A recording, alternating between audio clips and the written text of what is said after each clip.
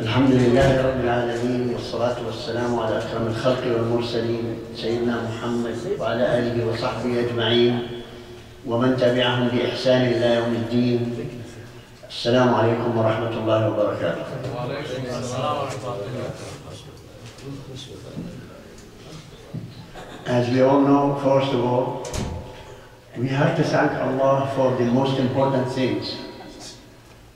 So we start with that one, saying, Alhamdulillahi Rabbil Alameen alladhi khalaqana muslimin. Walhamdulillahi Rabbil Alameen alladhi khalaqana asahha'a wa mu'afeen. Walhamdulillahi Rabbil Alameen alladhi khalaqana aqilin. لنعقل كيف نعبد الله سبحانه وتعالى عبادة يرضاها ونحظى بمغفرته وبرحمته إن شاء الله. Say Amen.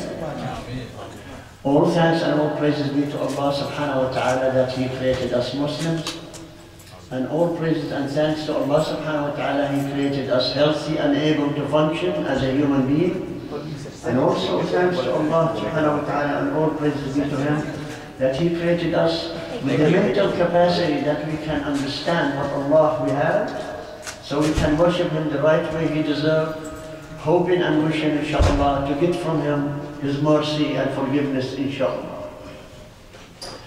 Now, we're going to continue the series of preparation for all of us when we know the road to the ultimate goal for each one of us to acquire a spot or a place in Jannah, inshallah, the most expensive and the most beautiful, the most decorated creation of Allah subhanahu wa ta'ala that He made in His own hands and made it to His own pleasure. Imagine you and me, what we're going to have. So in order to get ready to walk that walk, to get there, we have to understand one thing, that we have to clean up our hearts. We have to clean up our heart. And our heart is full of diseases. Why? Because all through the journey of our life, we have weak points of our iman, our faith. The shaitan, he controlled us in certain events, certain ways. And when he gets success, he leaves a black spot on our heart.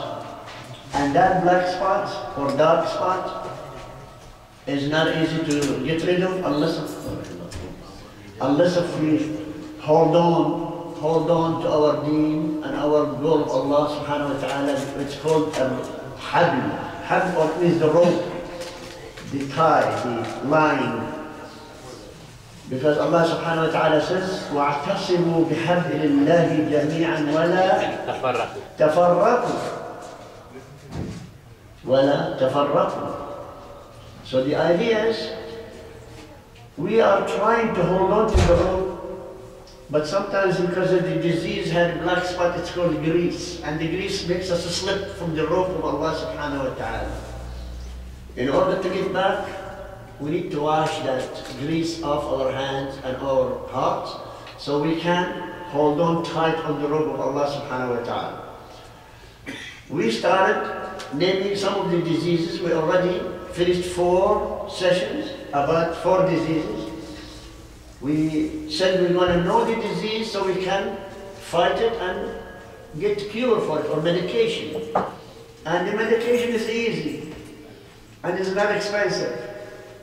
It's one of the cheapest, better than the chemical companies that they sell us medication for any kind of physical disease. These diseases are more powerful than the diseases that they sell us medication and doesn't work most of the times. But these diseases have one doctor will cure us from it all, only one. And that doctor is Allah subhanahu wa ta'ala, and He already put the medication for us, ready for us to use. So we started first of all, just to name them. I'm not going to explain and give past 4, just to name the diseases that we, inshallah, every week we're going to clean up one disease, inshallah, every week. So when you come here Sundays, every Sundays, check your heart, see if you already cleaned the disease that you had from last week. So let's check these diseases out.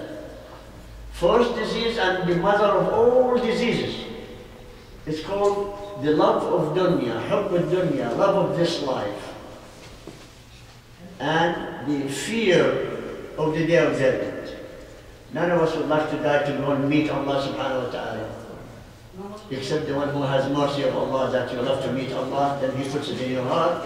You love to meet Allah, Allah loves to meet you too. So this is number one disease. It's the mother of all diseases, that all diseases happen under the wing of love of dunya. Next one. Because we love dunya so much, we are misers, we are Scrooges, we are cheap, we don't spend money. Especially for the way of Allah, for the sake of Allah. And we told you about a joke. Some scholar says why Allah created our hands and fingers are stretched that way, because we want to take, but we don't want to spend that. It's hard to give back, to give away. But anyway, that was comic way of saying that we are cheap. We are Scrooges in the sense of the North American style, Scrooge, which means the most hated action for that Scrooge is to spend money. So we are almost the same, we're there. We're almost there to be like a Scrooge. This is number two. Number three, selfishness. The love of you, me, myself and I, everything, me, myself and I. Nothing for you, nothing for him, nothing for her, nothing for nobody else. Which means I sacrifice for all of you, I sacrifice all of you for the sake I get what I want. This is the attitude of this ummah nowadays.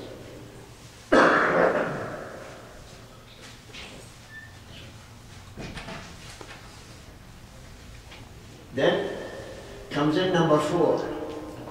Number four we said last week, because I love everything for me. If I see something good in you, I wish that I'll take it from you. I wish I can have that from you and leave you without it. Which, if you have ni'mah, if you have something that I'm looking at you, I want it, it's called the envy. The envy or jealousy. Jealousy is a very softer word than envy. Jealousy also specializes among women. But this is not it what we're talking about. We're talking about envy, al-hasad. Al-hasad is one of the strongest ill feeling that you have for your brothers and sisters, the same way. Al-hasad. Because it's so powerful, Allah subhanahu wa ta'ala dedicated one surah of Quran to ask Allah protection from that feeling. Which we say, وَمِن شَرِّ حَاسِدٍ إِذَا حَسَدٍ. So Allah subhanahu wa ta'ala wants us to know how bad is that. So we have to ask protection from Allah subhanahu wa ta'ala. This number four last week.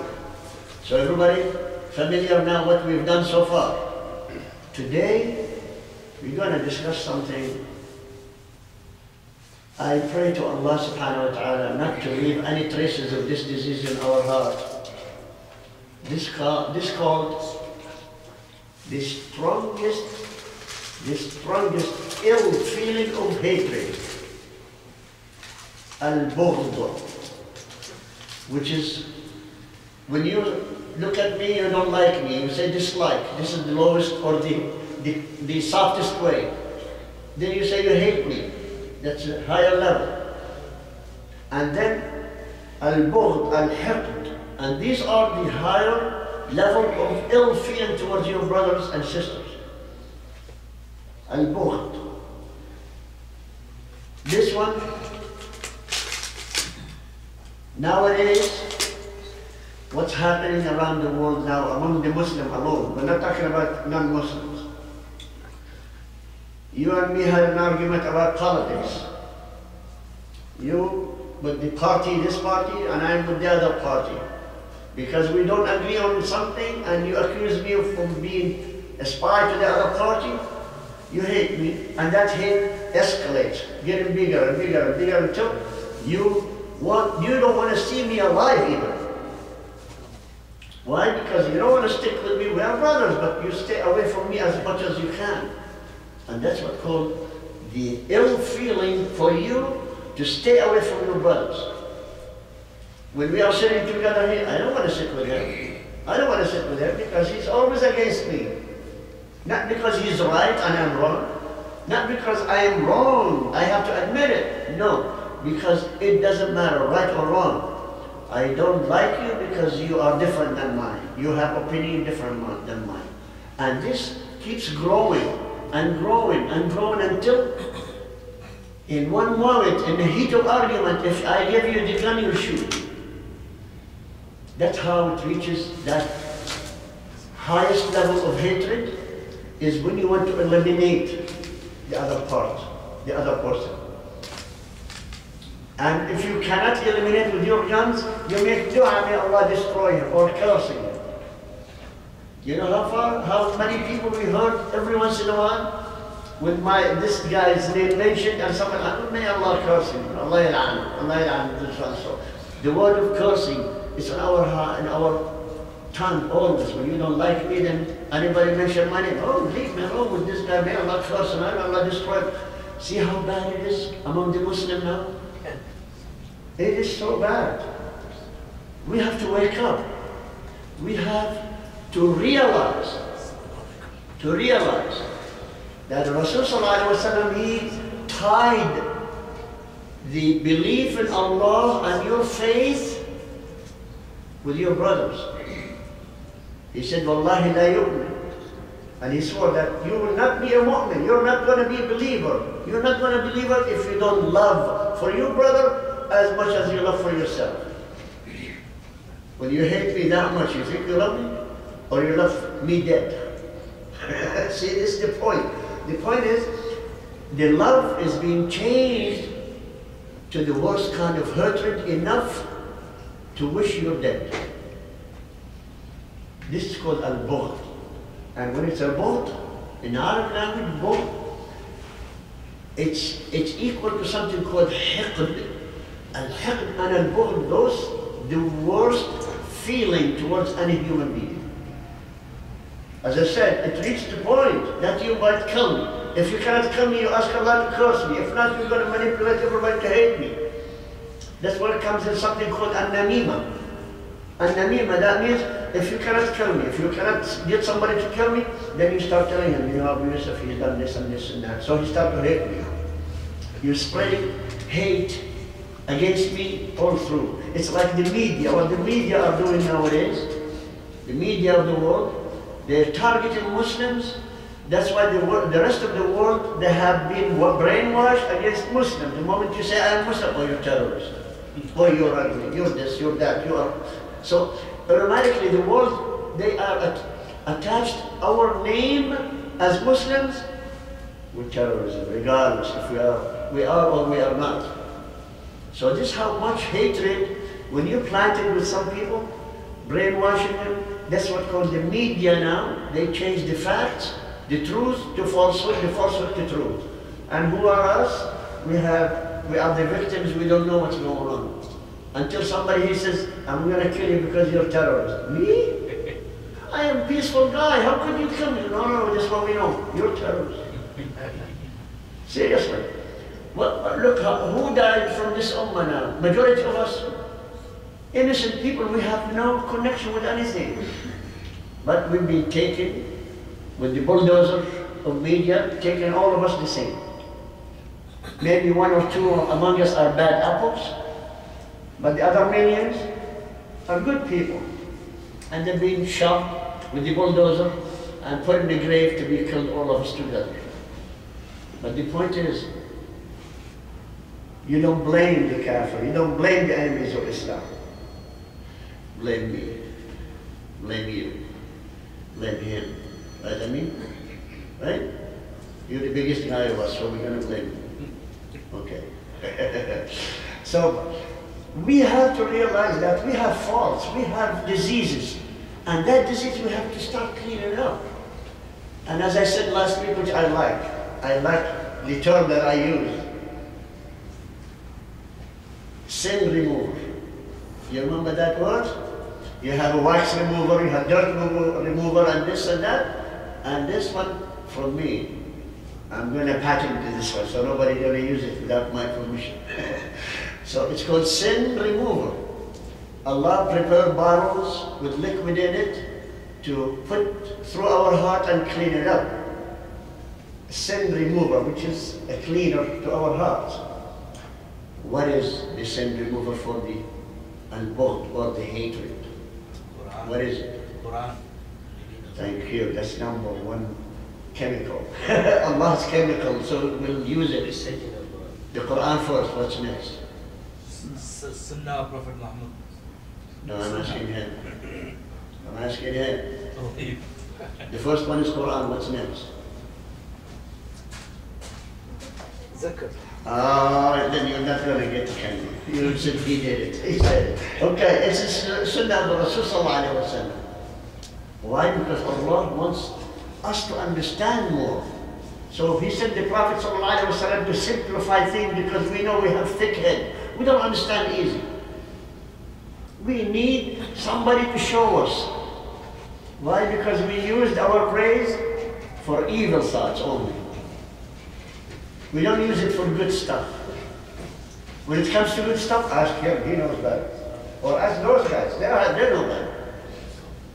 Come on, think, brothers. Think the best way to clean up yourself. See, this is the point. We, as Ummah, used to use our brains when the Rasul ﷺ was there. He was guiding us, use this, use that, do this, do that. They did it. They did not hesitate. Now the next generation was a little bit close, but at least not as good as the first generation. Then this third generation, which are the three best generations of this Ummah.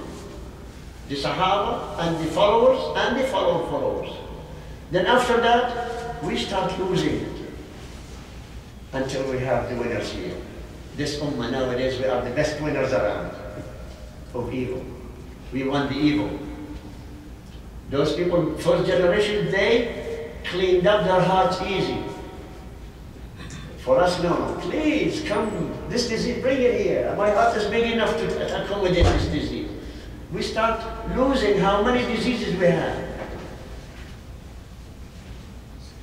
I am afraid that I'm going to scare you if I told you how many diseases we have. 0? How many diseases? We have. Okay. Don't know. Don't ever try to find out. This way, it's better not to get scared. We tell you what disease is, and we tell you how to clear it, and work on it until it's clear. Then we go to tackle the other disease, and so on. Because if I told you how many diseases we have, it might scare some of us, maybe scares me, I will not come back again here. So it's better to take one disease at a time. It takes less than a week to clean it.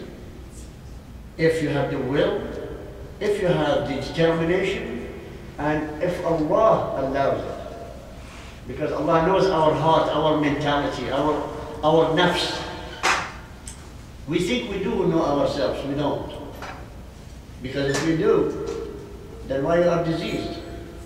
If you know yourself, how come you are diseased? Who wants to have disease on himself? So this is the point. The point is, we are the one who inviting all the diseases. Come on, we have big heart, we can take all of you. Come on, every disease. Believe me, this, I'm trying to characterize it exactly like what we feel it. Now, how to clear up this hatred or bughd from your heart? First of all, you start with loving yourself, facing Allah subhanahu wa ta'ala. Don't worry about other people, human beings, anybody in the world. Don't worry about that. Just always say, okay, Ya Allah, I'm going to stand in front of you. What things you don't want to see in me? Each one of us knows how many good qualities you have and how many bad qualities we have. So we are trying to help each other to know the bad qualities in us. So we're going to shave that fat, as we call it, from the meat. Shave it. So the idea is, Allah subhanahu wa ta'ala told us on the tongue of Ibrahim alayhi salam, The day you're going to stand in front of Allah, يَوْمَ لَا يَنْفَعُ مَالٌ وَلَا بَنُونَ إِلَّا مَنْ أَتَى اللَّهَ بِقَلْبٍ سَلِيمٍ. That means the day you stand in front of Allah, that is the day nothing benefits you except if you have a clean heart and pure heart. How could we meet Him with the diseased heart? It picks up all kinds of diseases. Right away, we don't have any passport to pass that point. So now, we're going to start looking at the Quran first as sin remover. Sin remover, what is it? Quran. Read the Quran section by section and find out what is the best for you method to clean up your heart from hatred. Now let me put a scenario for you. A story, a small story. Do you love stories? Me too. Stories, right? You love stories? Right. I know those guys don't love stories, but you do. Listen to this beautiful story. Rasulullah, he was given the choice of anything he wanted. Anything. Everything he wanted. The only thing he has is just to say, yes, I want this. So many times he was asked by messengers of Allah directly to him to ask him, what do you want? Allah sending special messengers from the Malaika angels to ask the Prophet ﷺ one question, what do you want? Sometimes they offer him to choose from 2 choices or 3 choices. Sometimes they offer him to do an action for him. He refused. He refused any of the above requests. He had something in his heart. Imagine the Prophet Muhammad ﷺ is sitting among us, we are Sahaba. I hope so, but we're not. But anyway, imagine he's sitting with us and talking to us and everything, and suddenly he had some kind of, he wants to leave us. And he left us and walked out from the masjid. So the majority of the Sahaba, they said, what's going on with the Rasul ﷺ? Something is happening. So they followed him outside. Ya Rasulullah, what's going on? He said, I missed my brothers. What did they say? Ya Rasulullah, are we? Your brothers, we are here. What's wrong? He said, no, you're not my brothers. You are my friends and my companions. Then who are your brothers? He said, those ones who are coming right after I die and believe in me and love me. Those are my brothers. Is it one of us? Yes. Are we? Yes. Are we his brothers? Say yes. With the big word, yes, we are, because he was talking about us. Now look at yourself. You worth to be his brother? No, not yet. Let's ask ourselves honestly. If the Prophet right here, sallallahu alayhi wa sallam, now here, do you think you're worthy to be his brother? No. So imagine at any given time, the Rasul is going to come in front of us now to ask you, are you my brother? You have to give a good answer, an honest answer. You say yes. Can you prove it? The Prophet Muhammad ﷺ in that statue, in that state, in that position, in that clean, put yourself next to him, what happens? So in order to be ready for that moment, what do? You have an interview to go for a job. You go slop. You go sloppy clothing and sloppy hair and then go there to have an interview for a job. So what do? That morning you take a shower, clean up yourself, put some perfume, put your best clothing on you, and then you take a piece of paper and go like a professional to meet your interviewer. And if you pass, And that's filthy human like you and me, and this for dunya, nothing worth it. You are going to have an interview with the Rasul Sallallahu Alaihi Wasallam. What do you think? You think? Aren't you ashamed of yourself to go and meet him even? I'm not, excuse me, I use this strong word because we really have to realize we are not worthy of him. But he loves us so much, he is willing to overcome any distraction. He is willing to come and meet each one of us. That's why on the day of judgment, he's going to be next to you, asking Allah to forgive you for all those sins you had in your heart. And this is the point. That's a token of love. That's how you love your brothers and sisters. If you don't measure up to the Prophet ﷺ, what happens to you? So we have to realize, Rasul ﷺ is calling his ummah, his followers. And he is willing to go all the way to beg for you. Can you beg for me? Any of you, I dare any one of you, can you beg for me? Go and beg somebody else for me? Look at the Rasul Sallallahu Alaihi Wasallam, he's willing to go and beg. And who begs who? Begs the Creator, Allah Subhanahu wa Ta'ala, which is, it should be each one of us shaken by the mentioning of his name.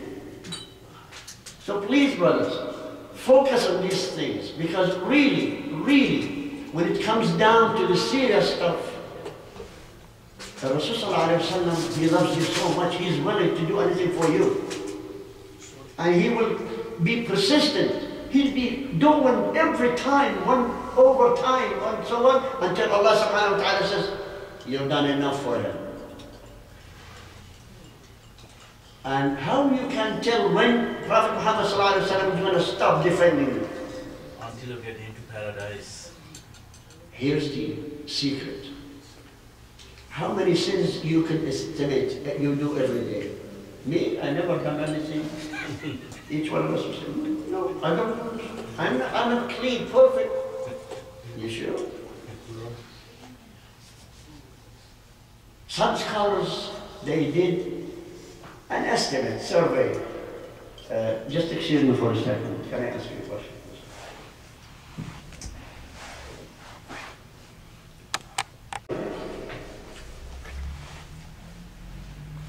Do you want to know how many times the Rasul Sallallahu Alaihi Wasallam is willing to beg for you?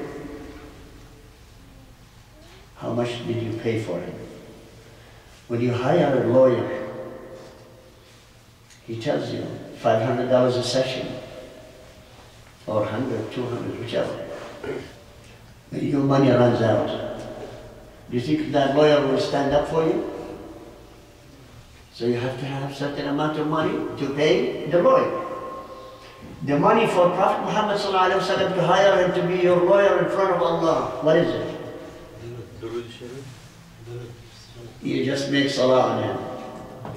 Say, Allahumma salli wa sallim wa barik ala Sayyidina Muhammad. Or just the smallest one, Allahumma salli ala Muhammad. Sallallahu Alaihi Wasallam. So, see how easy it is? This is another sin removal. Because how many sins we do a day? I'll give you the minimum scholars they came up with if you don't say a word the whole day long. Minimum 500 sins you accumulate. This is the purest math. 500 sins a day.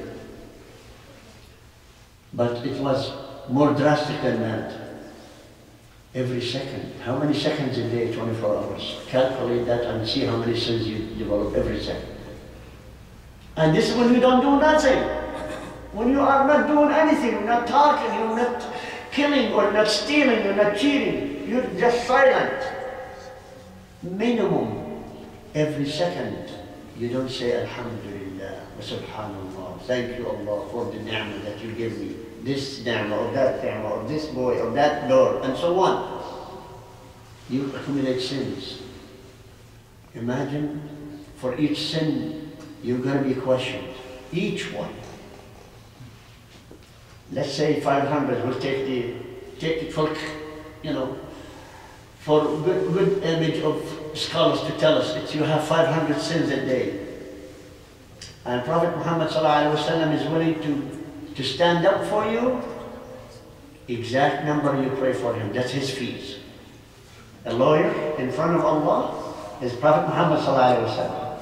For you, every time you say Allahumma salli ala Muhammad, that's his fee for each sin. What are we doing now? I dare anyone of you, if you can say Allahumma salli ala Muhammad more than 30 times a day.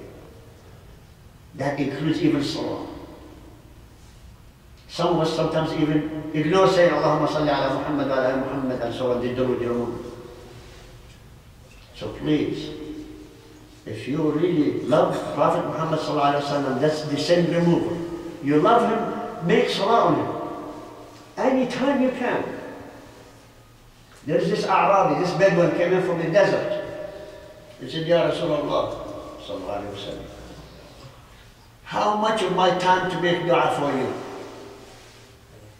You know, it was amazing. The Rasul sallallahu alaihi wasallam was happy. This man is going to dedicate part of his dua for him. He says, you estimate how much? He said, can I do half? No. Can I do a quarter? He says, it's good, but if you do more, better. Can I do a third? Yes, you can. If you do more, it's better. Can I do half? Yes, but if you do more, it's better. Then he said, how about if I did it all for you? He said, that's the best. No, Allah bless him. And he's wrong. And since that day he said, the Rasul sallallahu alaihi wasallam, if he's truthful, I am his shafi' for the day of judgment. I am the one who is making shafa'ah for him all the times. Because he dedicated all his time. I'm dedicating my all time for him too. How about us? Why did we do like that Bedouin? That person who is uneducated, nothing, but he knows the heart. He said, Ya Rasulullah, I want you to be my lawyer. So I want to dedicate all my dua for you. This is one. Put it aside. Next story. Prophet sallallahu alaihi wasallam. Yeah, see? I don't hear nobody say when I mention the Prophet or name Muhammad. Nobody. See? You're even losing it when the opportunity came in. On the other hand, remember the member dua. You remember the story of the member of Rasul sallallahu alaihi wasallam. You don't want to have Allah's curse on you because you don't say Allahumma salli ala Muhammad. That's how extreme, how severe it is. Anyhow, Prophet Muhammad sallallahu alaihi wasallam was outside walking with who? Hazrat Umar al-Khattab radiallahu anhu, hand in hand. And when they are walking outside the masjid, Hazrat Aman turned around, he said, Ya Rasulullah. He looked at him, yes. Wallahi, wallahi inni uhibbuk, wallahi I love you. Oh, Prophet Muhammad sallallahu alaihi wasallam was happy. Jazakallah khair, barakallah feek ya Umar. But do you love me more than your money? He said, yes. Do you love me more than your children? Yes. Do you love me more than your property? Yes. Do you love me more than yourself? He said, no. Okay, let me think about it. No, Ya Rasulullah, I love myself more than you do. This is true, you cannot lie about it. Each one of us loves yourself more than anything in the world. What did Rasulullah told him? Not enough, Ya Umar. Imagine? He loved him in every possible way except himself. And he said, not enough, Ya Umar. He said, okay, can I go and think about it? He said, go. So Prophet ﷺ went to his way, and Hazrat Umar went to the other way. Halfway through, then Umar came running, Ya Rasulullah, wait. Ya Rasulullah, stop. He said, yes. He said, now I love you more than myself. He says, okay, what made you change your mind in this short time? Listen to the answer. He said, Ya Rasulullah, on the day of judgment, when I'm standing with myself in front of Allah, is judging me, do I need myself? If I love myself that much, do I need myself that moment?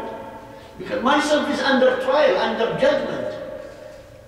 It's going to be judged. Myself is going to be judged with punishment. Whom do I need the most?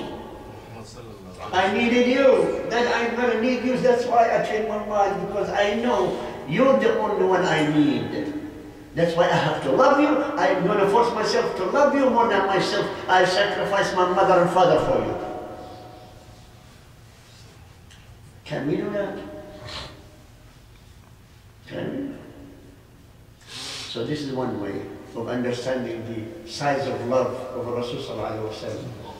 What does it make a difference for you and me on that day when we have nothing? يَوْمَ لَا يَنْفَعُ مَالٌ وَلَا بَنُونَ إِلَّا مَنْ أَتَى اللَّهُ بِقَلْبٍ سَلِيمٍ.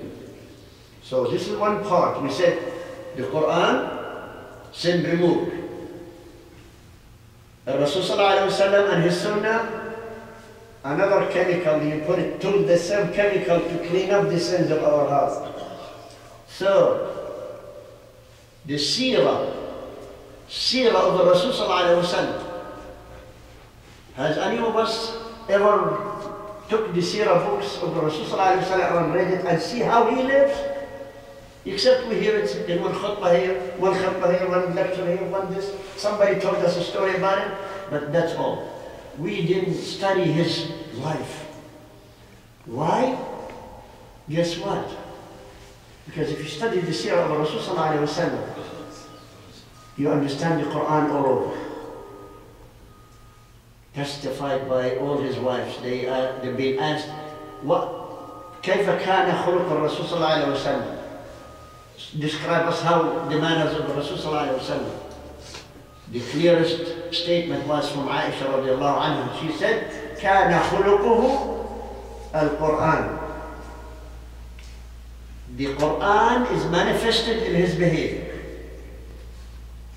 His behavior, how do you know? Read the seerah. So number 3, sin remover is what? Read the seerah of Rasulullah. How did he handle situation which you and me passed every day? How did he react to hatred? How did he react to aggression? What is the boys? One more story. You like stories too? Right, boys? I'm going to tell you one more story now. The Rasulullah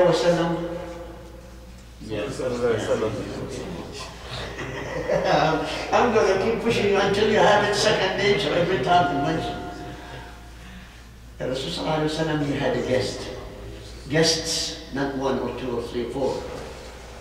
So he got them in his house. The first room was Hadrat Aisha's room, then Hafsa and Zainab and so on, the rest of the wives.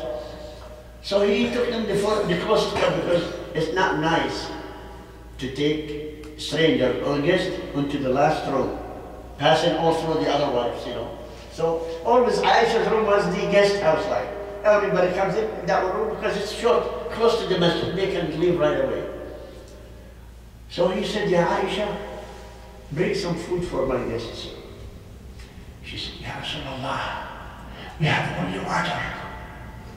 Imagine the Rasulullah at his house only had water, no food, nothing. Who heard that whisper? Zainab. So she realized Aisha didn't have any food in her house. She had a few little things, some cookies. It's not true, it's not cookies. So she prepared some kind of food in a bowl of clay. You remember the clay, used to have those bowls? So she prepared some of it, and she came, knocked at the door and put it into the front door of Aisha's room. Stand up, please. Stand up right here, right here. Imagine there is a soccer ball. What do you do? Let me see how you kick the soccer ball over there. Harder. You're going to score a goal with your hands in your pocket. Yeah, run and hit. Score a goal on him. That's it. Aisha came out, thank you. Aisha came out. When she heard that the food came in front of her door, she came out and she kicked the ball like that.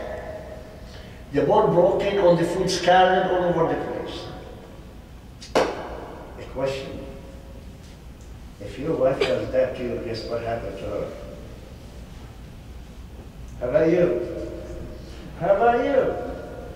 How about me? I don't want to give you details. what happened to my wife if she done this to me with my guest? We're men. How come you dishonor me in front of my guest? Look how the love of the Rasul sallallahu alaihi wasallam. He turned around to his guests. They saw everything. They saw and they felt and they heard and they saw the food scattered all over the place. He looked at them with a smile to his guests. He said, your mother is jealous. You know, the wives of Rasul sallallahu alaihi wasallam are our mothers. He was laughing and smiling to his guests. He said, your mother is jealous. So he got out, sat down, and started picking up the pieces, the broken pieces, and put them all together. And he came in and says, okay, my guest, share with us, let's go. This is the sign of love, how to react. Do you think he said any word to Aisha later on? No, he just said, may Allah forgive her. At the end she realized and she patched up with him again. You like cookies? Huh? MashaAllah, nice catch. MashaAllah. Beautiful sportsman, guys. I missed out this one. Yes. You gave me last cookie, so you got to get one. Come on, I wish to tell. You have any? Oh yeah, there's one of the kids. MashaAllah, bless you all. So the idea is, listen what Allah subhanahu wa ta'ala is praising Muhammad sallallahu alayhi wa sallam in the Quran. He said in Surah Al-Hijr, he said, وَإِنَّكَ لَعَلَىٰ خُلُقٍ عَظِيمٍ. You have the greatest behavior, manners, conduct. Why? Because he showed his love even to the worst situation. Can we do that? Can we do that with the person who insults us? Can we show the love of each other to our brothers? Guess what? We lack that one in this dunya nowadays. We deserve the punishment of the enemies of Allah. We deserve that. That's why we call sometimes the reason for fitna is this ummah is separate, divided.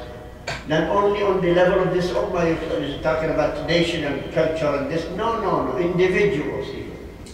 Between two brothers from their mother and father, they are fighting each other.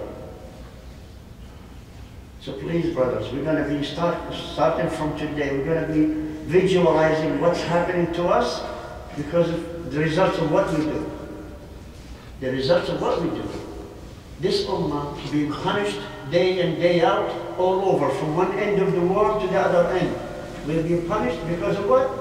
Because our lack of akhlaq, lack of love for each other. Have you seen some of those movies or some of those scenarios that people selling their brothers to the enemies of Allah for a bunch of money? Which we call them spies.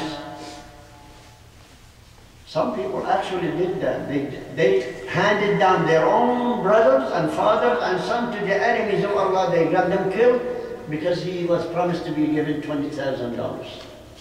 And it did happen. More frequent than you ever think of. In every culture of this Muslim world. May Allah save us and save the new generation from that. Amen. So here it comes. We have so far how many? Three sin removers.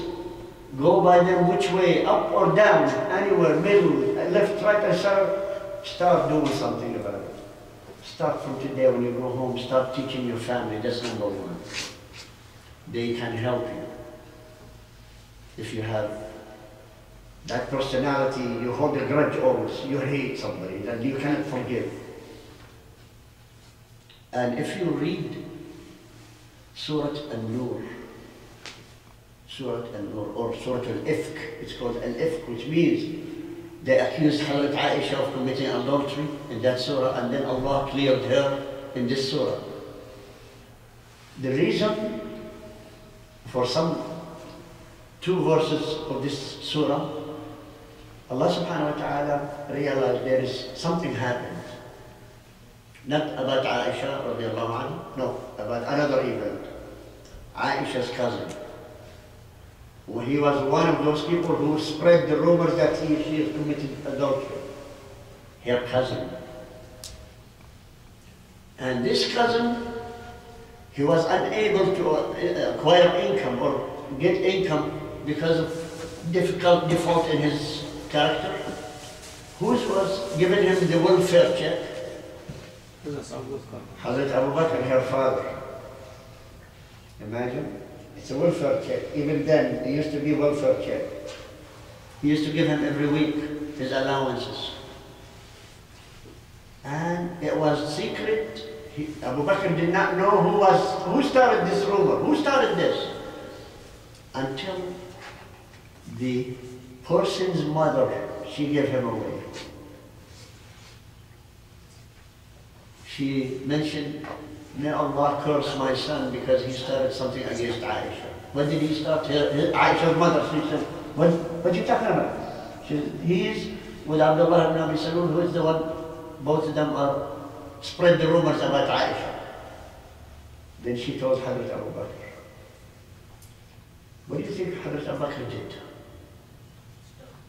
He was furious. This cousin, his nephew, this man is his nephew, his own blood. And he's accusing his daughter, the wife of Rasulullah ﷺ, and the mother of all believers to commit adultery. Which means, in other words, he's criticizing Allah subhanahu wa ta'ala for choosing Aisha to be his wife. See how deep is this? So Hazrat Abu Bakr was mad, he was angry. So he went directly to that guy and he says, why did you do that? Wallahi, starting today you're not going to get any penny from me. They're not pennies at that time, they said dirham. But anyway, and he did not. He held never to give him. And the period when the rumor started until Allah cleared the whole story, 52 days. You know the frustration of Rasulullah at that time, his own honor and his own family being accused? Not only that, Hazrat Abu Bakr is the one who's ready to explode. His own blood, accusing his own daughter, which she is the wife of Rasulullah, which is something beyond, plus his own welfare guy, the one who gives him the money. I'm giving you the money to survive, to live. You do this to me? This is not enough. You're doing this to my daughter, which is your cousin and blood and your honor. It will put you to shame. Still, she's the wife of Rasulullah, the messenger of Allah. And you do that to us? So, Hazrat Abu Bakr, from day 13, I think it was 13th day he realized who had done it, until 52 days. Until the Surah An-Nur revealed to Rasulullah. Look what Allah subhanahu wa ta'ala is talking to Abu Bakr. Allah subhanahu wa ta'ala in this surah is talking to Abu Bakr. He said, وَلَا يَأْتَلِ أُولُو الْفَضْلِ مِنْكُمْ وَالسَّعَةِ أُولُو الْفَضْلِ وَالسَّعَةِ مِنْكُمْ أَنْ يُنْفِقُوا. He said, you should not hesitate. The one who has money, rich, you mean, a little bit like Abu Bakr, because he was one of the richest people, to spend money on the believers from Muhajirin and Ansar, from people in Medina and Mecca. And at the end, listen what Allah is talking to Abu Bakr. He says, أَلَا تُحِبُّونَ أَن يَغْفِرَ اللَّهُ لَكُمْ. Don't you love Allah to forgive you? Allah is asking Abu Bakr, do you like Allah to forgive you? So Hazrat Abu Bakr jumped, yes, Ya Allah, yes, Ya Allah, I want you to forgive me. And he ran home, pick up money, and he ran to his nephew. And he can't listen to the change because he realized Allah is the one who's talking to him. So he took the money, took it to his nephew, and he gave him the missing, they called them the money that left over, and the money was held before, and he gave him double. He says, forgive me. Look at that. I punched you in the face. You come to apologize to me? I swore at you in front of everybody. Then you come and say, I'm sorry for you swearing at me. I love you, brother. Would you imagine we can do that? Can we? I think it's hard. Yeah. But look at Abu Bakr. Because he realized if he doesn't do that, his heart is going to be sinned. Why? Because he refused Allah's forgiveness. Because Allah asked him a question, don't you love Allah to forgive you? Then forgive. Faghfir wasfah. It means forgive and forget what he's done and go back to the original way by loving him.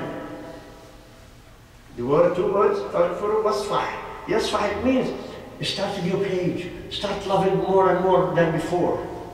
Plus the maghfir, plus forgive and forget. Can we do that? Can we? No way. Until Allah gives you rahmah that you can tackle that. And the highest reward you get if you reconcile with somebody who hurt you the most. Would you believe that? See how Allah loves? Imagine how many sins we do against Allah and still He is forgiving us. He said, just say astaghfirullah and forgive me. If you do a mistake with your boss, what happened? You're going to be fired right there. But this is Allah. Allah is the most loving. He loves us more than our mothers. You heard the Rasul describing the love of Allah is more love for you than your own mother. That's why Allah, because He loves us so much, He wants us to have that, to share this quality with Him. That's why Rasul he said, you're not going to be a complete mu'min until you love your brother as much as you love yourself.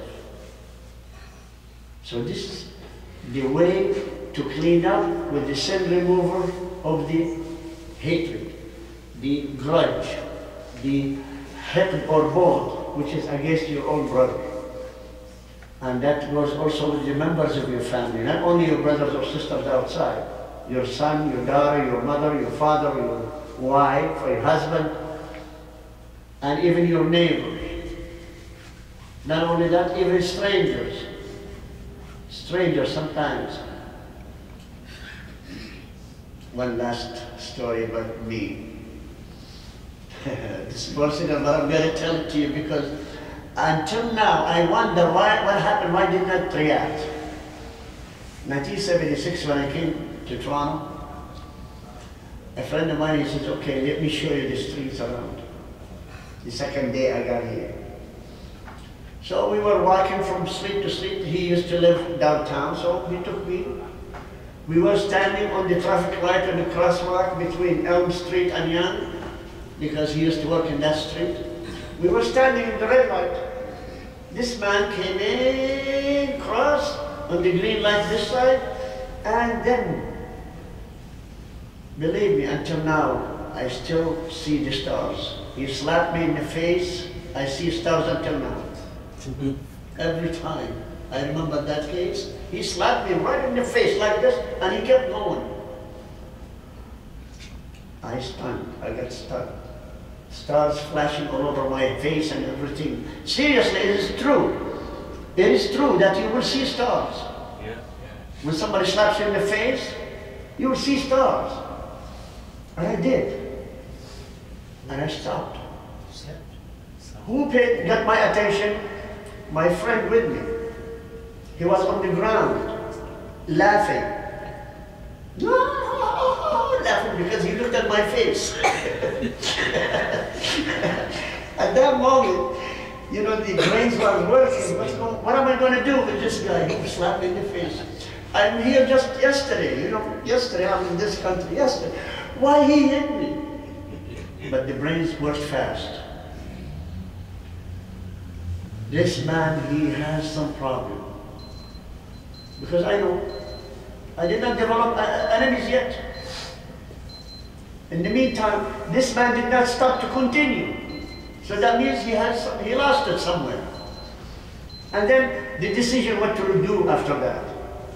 I said, assume I ran after him and I punched him and I put him in the ground, to get my revenge and that stuff, what is going to happen to me? Is it worth it? So all of that one was clicking in my brains, what to do in a split second.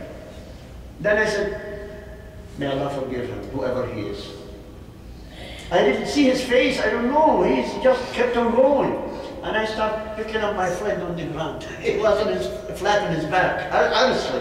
He was flat on his back. So I lifted him up, I said, why are you laughing? He said, because the look on your face, I wish we had camera. I said, I had camera in my brains, I know what I felt. So believe me, at that moment, the moment of surprise, your reaction is the one that counts the most. The one counts the most. Rasulullah, he said, it's not, it's called the power, the muscles, the might of yours is not because you can beat anybody.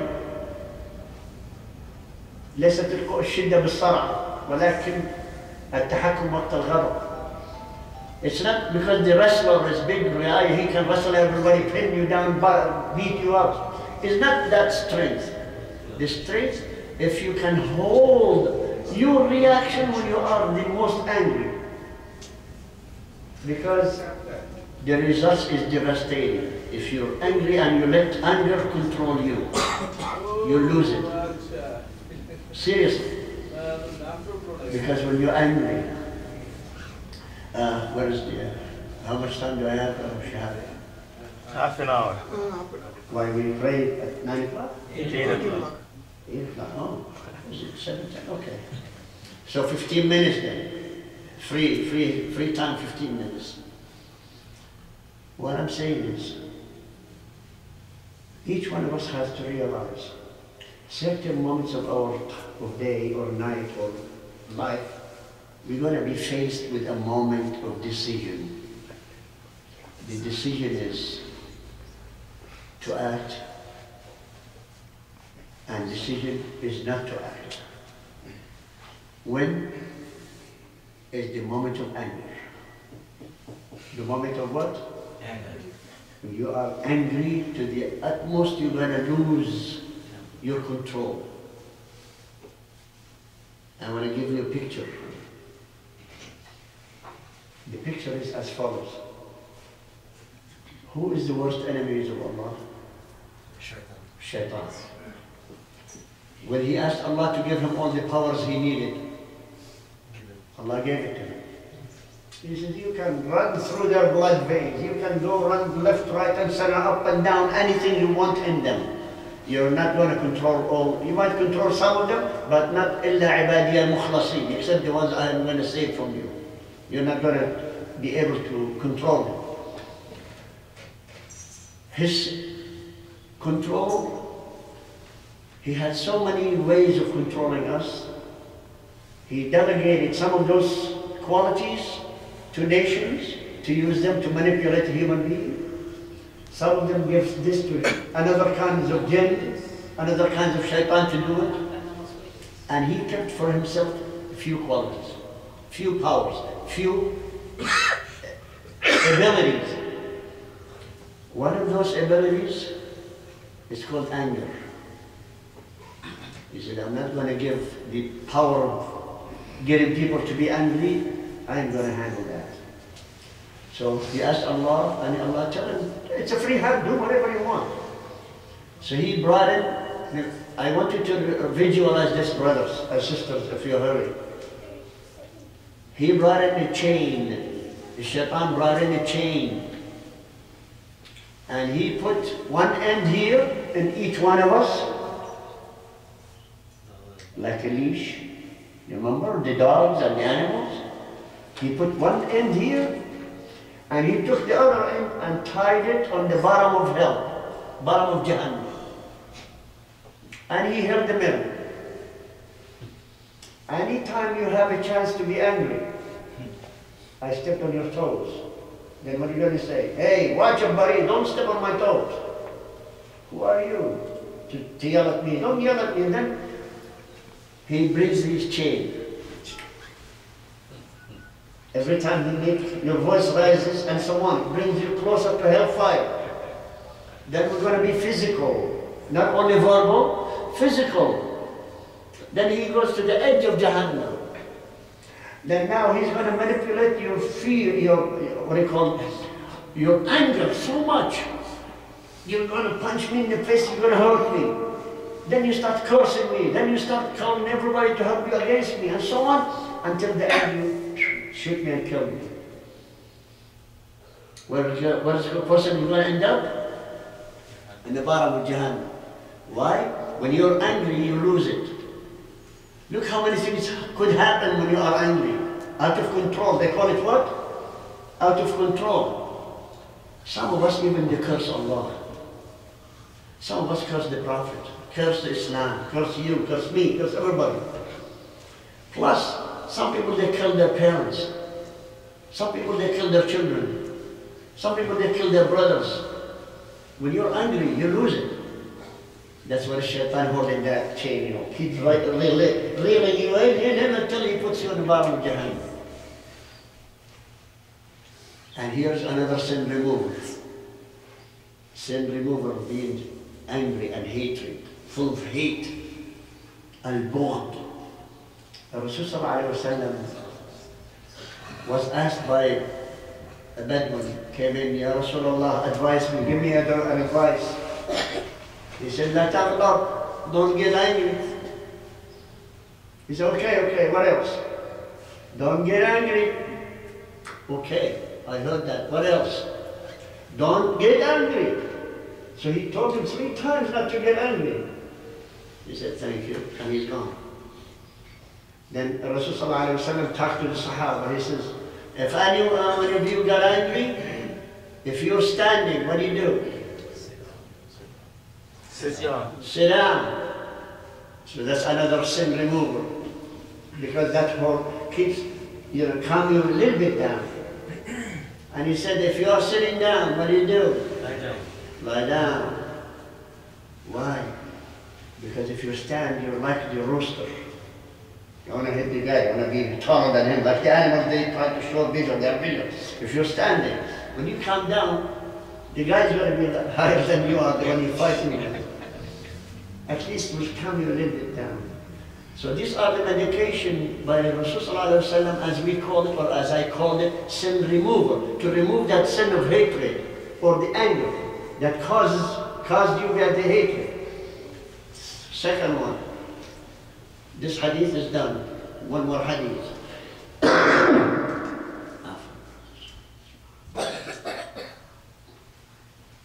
It's mine, not yours. I'm the one who's allowed to cough, not you. I'm just joking, but. So the idea, the Rasul he said to us again, he says, if you get angry, make wudu.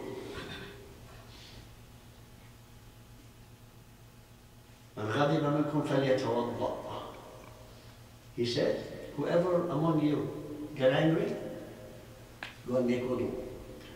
Why? Wudu extinguish fire. The water extinguish fire. You deserve one flyer. Sorry. MashaAllah. Barakallah fi. Yes, anger is from fire because your blood is going to be hot. Your face and every part of your body is going to be hot. Where heat comes from fire. The only thing that cools off and put the fire out is water. Imagine it's wudu too.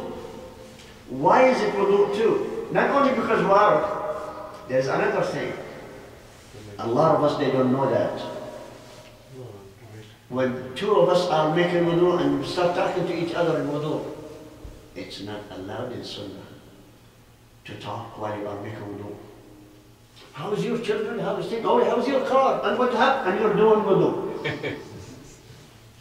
In Sunnah, you don't talk when you are doing wudu. That's the reason Rasulullah go and do wudu. But you are doing wudu, the guy you're fighting with, he's after you. He said, you son of a this and son of a that, starts cursing and what? Concentrate on that. he will be angry at himself and he leaves. Even if he punched you in the back, don't respond, because you are in wudu. Do you punch anybody when you are in salah? The same thing. So that's number 2. Again, he said, if anyone of you get angry, leave the spot where you are angry. So at least he's given us so many sin removals from that period, that if you are angry, at least to control it down. And the ultimate, the final thing, if you get angry and you have wudu on, go and make salah. See? This is what you call the sin remover master. The Rasul ﷺ gave us every possible way to control. Let's leave that on the side. Allah subhanahu wa ta'ala, He said, on those people when they enter Jannah, وَنَزَعْنَا مَا فِي قُلُوبِهِم مِّن غِلٍّ. الغل, it means the grudge against any human being. When you go into Jannah, inshaAllah, all of us, our hearts will be pure, clean, nothing, not even the grudge you have against me on the dunya. Because you will not pass that moment until your heart is pure and clean. And the help of Allah. That's why Allah said, وَنَزَعْنَا مَا فِي قُلُوبِهِم مِّن غِلٍّ. That means Allah removed from your heart any hatred for any human being. Not only brothers, any human being. Because He said it in the nakira. Nakira, it means without al. When He says, وَنَزَعْنَا مَا فِي صُدُورِهِم مِّن الْغِلٍّ, that means it's decided which kind of will. But He said, مِّن غِلٍّ, that means in general. Not a single hatred to any human being, you still have it. So this is the point. Now we're going to start applying those 4 methods. What is the first one?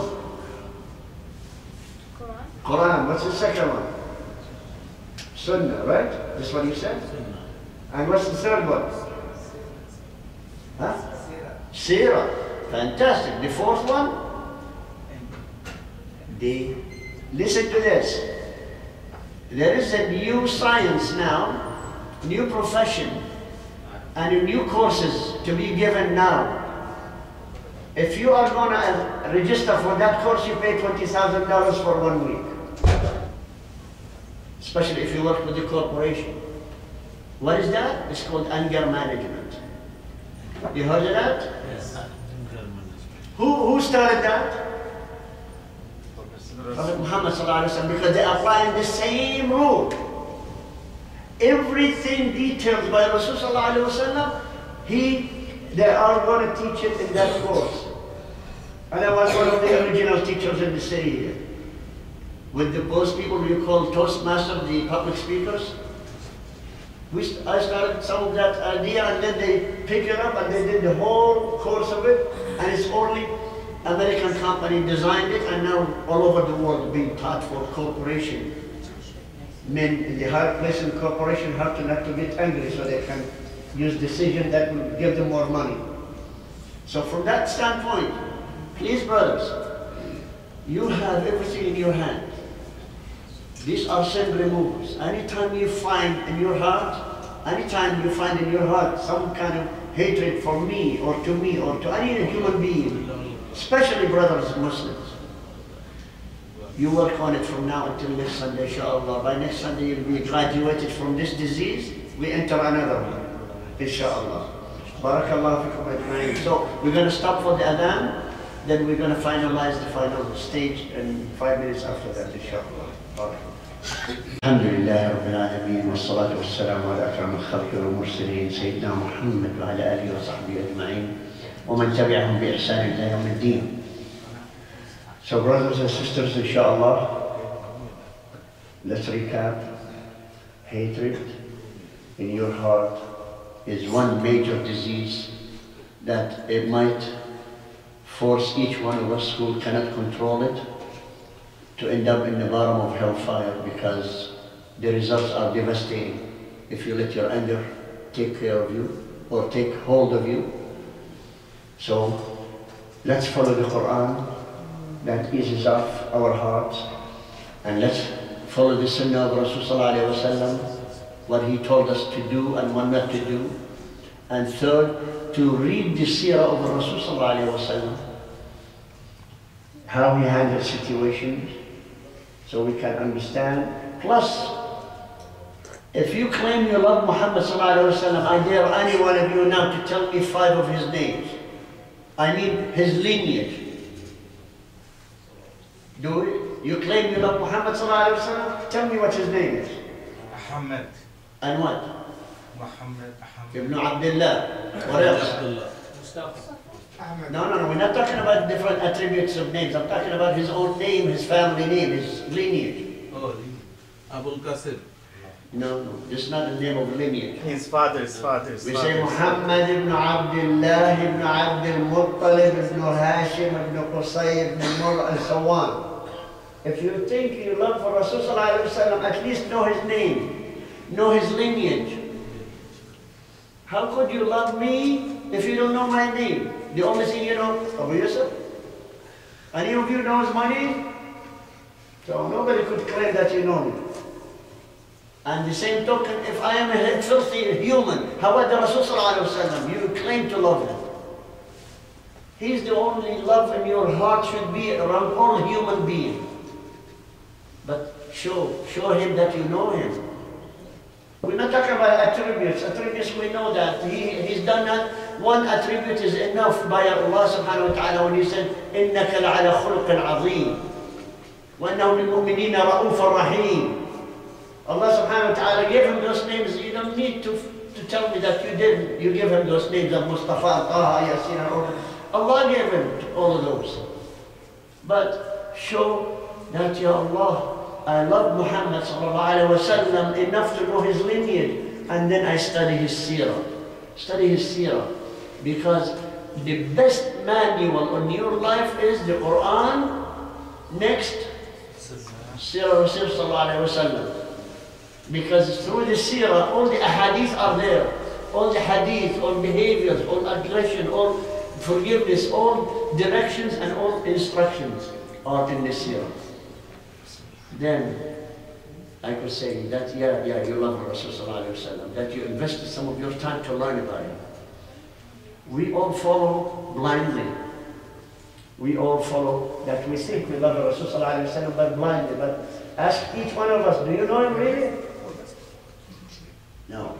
We should know him more than our kids. We should know him more than our fathers. And that's the only blessing you get. Not by knowing your lineage, your own. Know his lineage, then you know that you love him. Because through the way you know his life, where he came from, how come he dealt with the people around him, what happened. Allah sent him alone to change the world. Did he succeed? Yes. And who can testify that he's a success? Allah, Quran. Allah first, then you and me. You and me, we testify that because we are the result of him. And please, brothers and sisters, every time you hear his name, please make salah. Otherwise, you're going to be among the cursed one by Allah subhanahu wa ta'ala. You remember the hadith of remember? Keep that in mind. Every time his name mentioned, Muhammad, Al-Nabi, Al-Rasul, the Prophet, the Messenger, the seal of the messengers, any of those moments being mentioned, make salah on him. That's a reminder to each one of you that you make salah or you'll be cursed. Imagine? And we told you how much do we need him. Count your own sins, and every sin you have to have a Rasulullah there to fight for you as your lawyer in front of Allah. And if you only did 10 times a day, salah on the Rasulullah, that's all he's going to do. But Allah's ni'mah is better. Allah will make it 10 times, so let's say he makes 100 times for you. How about the rest of the 50,000 sins you do every day? Who's going to defend you in front of Allah then? You? No way. Except if Allah allows Rasulullah to continue. So I ask Allah subhanahu wa ta'ala forgive all of us here, forgive our parents, our children, our wives and spouses, husbands, and also to forgive our brothers all over the world and sisters, and ask Allah to lessen the suffering of all this ummah, and to teach us how to know Allah better. And I ask Allah subhanahu wa ta'ala to guide all of us the right way and to help us controlling our lives and clean up our hearts so we'll achieve His Jannah. Barakallahu fikum ajma'in. Subhana rabbika rabbil izzati.